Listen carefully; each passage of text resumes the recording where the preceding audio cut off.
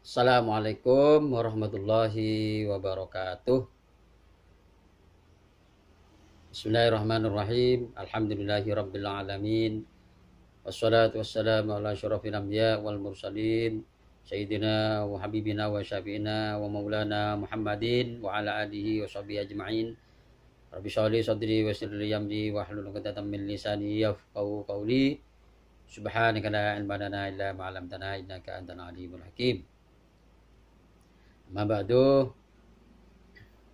kali ini saya akan menjelaskan tentang kewajiban kafarah atau hukuman bagi seseorang yang melakukan jima atau berhubungan intim di siang Ramadan dengan cara menenggelamkan seluruh hasafah atau batang penis atau perkiraan hasafah batang penis bagi orang yang terpotong hasafahnya.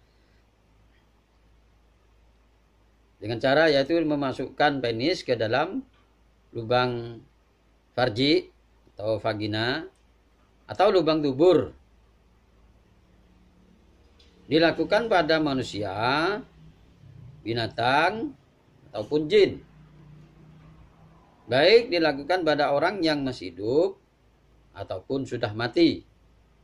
Walaupun tidak sampai inzal atau ular mani atau organisme.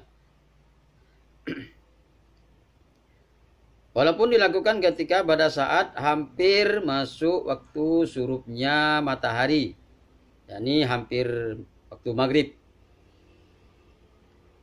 Dan hal ini jika dilakukan dengan aliman bitahrim, tahu bahwa hukumnya haram, amidan disengaja, dan mukhtaron tidak terpaksa.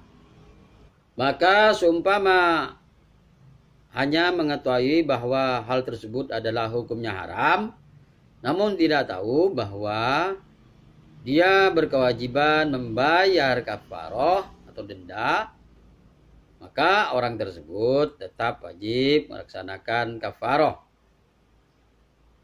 Pada intinya, orang yang melakukan hubungan intim di siang Ramadan dalam keadaan puasa wajib melaksanakan kafarah atau denda jika memenuhi 11 syarat. Syarat yang pertama adalah hanya pada yang mewate atau menjima, bukan orang yang dijima atau diwate. Kalau pasangan suami istri, ya suaminya, bukan istrinya. Sedangkan istrinya tidak terkena kafarah. Hanya suaminya saja yang terkena kafarah. Syarat yang kedua adalah wate atau jima tersebut memang karena dapat membatalkan puasa. Maksudnya bukan karena lupa, bodoh atau tidak tahu, atau terpaksa. Kemudian syarat yang ketiga adalah memang hanya untuk batalnya puasa saja, bukan yang lain. Semisal batalnya sholat dan lain-lain. Kemudian syarat yang keempat, hanya untuk puasanya saja, bukan puasa orang lain. Misalkan berhubungan dengan istri yang sedang berpuasa Ramadan, sedangkan suaminya tidak berpuasa, maka hal ini tidak wajib kafarah. Adapun syarat yang kelima ialah batalnya puasa tersebut memang karena jima atau berhubungan intim, bukan disebabkan yang lain, semisal makan atau minum dan lain-lain. Jadi memang murni menjima. Kemudian syarat yang keenam ialah batalnya puasa tersebut memang karena jima atau berhubungan intim itu sendiri. Maka tidak wajib kafarah jima yang dilakukan bersamaan dengan batalnya puasa yang lain. Semisal makan, minum, dan lain-lain. Atau sebelum melakukan jima tersebut, sudah membatalkan puasanya. Semisal tadi makan, minum. Maka hal ini tidak terkena kafaroh. Dan hal ini bisa menjadi alternatif terakhir ketika sepasang suami istri atau pasutri, apalagi pengantin baru, jika di siang Ramadan sudah tidak mampu lagi menahan keinginan untuk melakukan hubungan intim dengan istrinya, maka sebelum berhubungan, batalkanlah dahulu puasanya dengan makan atau minum. Jangan langsung to the point.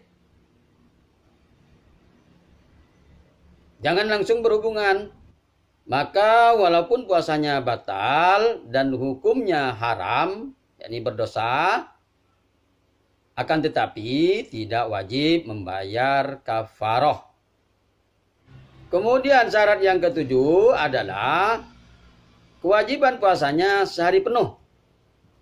Maksudnya jika seumpama melakukan jima di siang hari dan setelah jima pada hari itu lalu gila atau meninggal sebelum terlewatnya hari itu, maka dalam hal ini tidak wajib kafaroh. Demikianlah pembahasan tentang kewajiban membayar kafaroh bagian pertama. Insyaallah akan dilanjutkan pada bagian kedua. Dari saya kurang lebihnya mohon maaf. Wallahu a'lam bishawab. Wassalamualaikum warahmatullahi wabarakatuh.